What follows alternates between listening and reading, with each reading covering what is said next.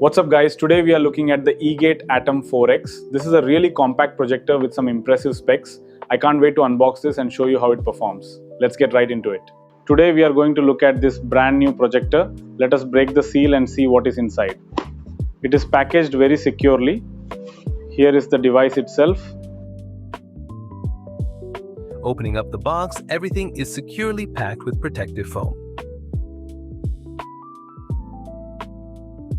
Right inside, we have a separate accessory box containing the quick setup manual, standard power cable, and a sleek smart remote control. And here is the projector itself. Finished in clean matte white, it features an ultra-portable tower design with a built-in 180-degree rotating gimbal stand, allowing you to project onto walls or even straight up to the ceiling.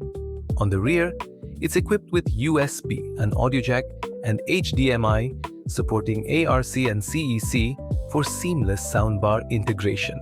Now, let's power it on in the dark.